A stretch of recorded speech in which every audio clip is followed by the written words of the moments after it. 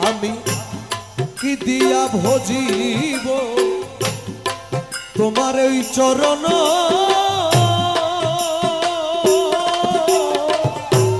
সাধন শক্তি আমার নাই ভক্তি জ্ঞান আমি কি দিয়া ভজিব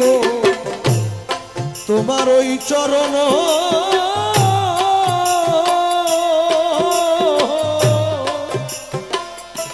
আরে দয়া